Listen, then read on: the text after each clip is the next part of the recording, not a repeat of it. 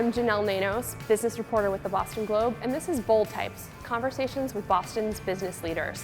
Today, we'll be talking with John Fish, CEO of Suffolk, one of Boston's biggest and most innovative construction companies.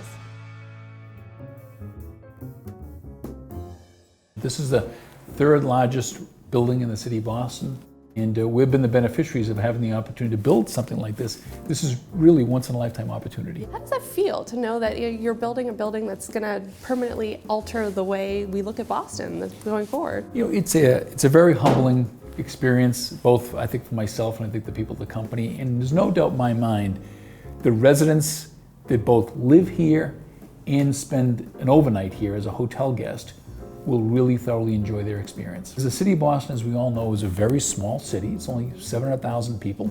And when you build a building this big in this particular location, you want to make sure it really fits in. And I think they've done a nice job for that end.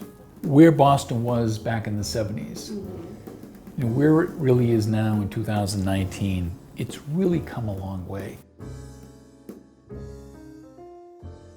You are known for big, tall buildings, but we're in the basement of a high school in Boston. Tell me why you decided this was a special place for us to meet you here.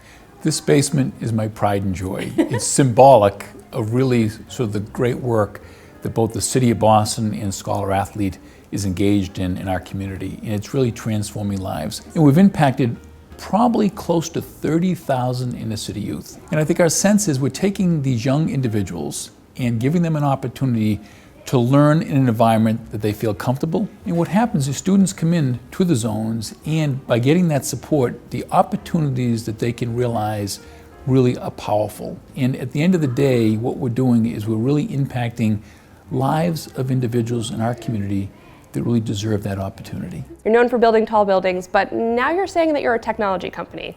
How is that? It was back in 2008, 2009 when we had the Great Recession. At that point in time, we knew we couldn't survive going forward just being a general contractor. And so we sort of turned the company up on its head. And what we did, we sort of looked at different technology companies. We changed our vision as an organization, transformed the construction experience by building smart. We put different tools in our box, like VDC, Virtual Design and Construction. We introduced digital twins. Before we build a job, we'll build it with a digital twin, which is a three-dimensional model on a project, which is pretty interesting. We have a process which is called plan and control, which is much different than most of the people in our industry work with. And I would say humbly, our company is probably one of the most advanced, if not the most advanced, construction companies in the country right now. And as a result of that, what we did is we changed the name from Suffolk Construction just to Suffolk. Because at the end of the day, what we are is we're a technology company that builds buildings. We're no longer a construction company. One of the you mentioned some concerns that are playing out right now in the city. One of the major ones is housing. Construction costs are rising. Finding middle class and affordable housing is one of the major things that people are bringing to their politicians. What can the business community do in terms of letting middle class families stay in the city instead of having to move outside? It's a wonderful question, and it's a question that has been and will continue to burden our communities for years to come. And I look at it from two perspectives. One is our affordable housing policy. I think Mayor Walsh, on his commitment to build 53 housing units over the next 4 or 5 years, is absolutely incredible and one that deserves a lot of applause. And he's meeting that mark today as we talk about that. And that's impacting quite a few different communities throughout the city of Boston. And secondly, what I also think we need, and I speak about this strongly, this whole idea of a cross-regional transportation strategy. What we really need to do is understand the importance of opening up areas of real estate outside our city urban area, so it's more affordable housing for families that want to raise children and commute themselves back and forth to the city and the surrounding areas. I want to ask you about two other big vision projects that were in our sights in the last few years: 2024 Olympics and Amazon HQ2. Neither of those panned out for Boston. Are we better for it? I would say we are better for it. As I often say to people, and I believe this in my heart, we often learn more from failure than we do from success. And if you think about the Olympics 2024, that was probably one of the most difficult times in my career. When we won the designation for the United States of America, and it was a wonderful opportunity for me personally to travel the globe and meet different people. But at the end of the day, I felt that I let the people of Boston down in many respects in the Commonwealth of Massachusetts. But you sort of take a step back and you learn from those lessons of what could have happened.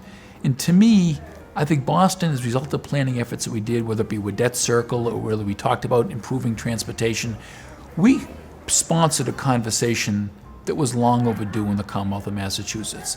And I think the residual of that experience will have powerful impacts over the next decade. So I feel good about that. I think Amazon, in many respects, is a wonderful organization, but to bring in that amount of people and that square footage in a short period of time, I think could have been overwhelming for 700,000 people in our city of Boston. And I think Amazon, I think they would have been a wonderful set of tenant in the city of Boston and would have been wonderful neighbors for us. But at the end of the day, I don't think it's a big loss for it all.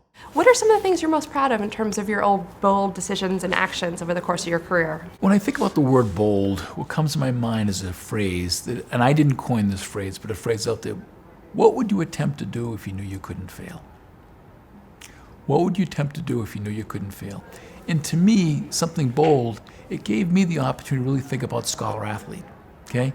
And the impact that we can have. As I pointed out, we have over 30,000 kids over the last 10 years that we've impacted. Then I also think about, from a boldness point of view, we have a program called Suffolk Cares at Suffolk.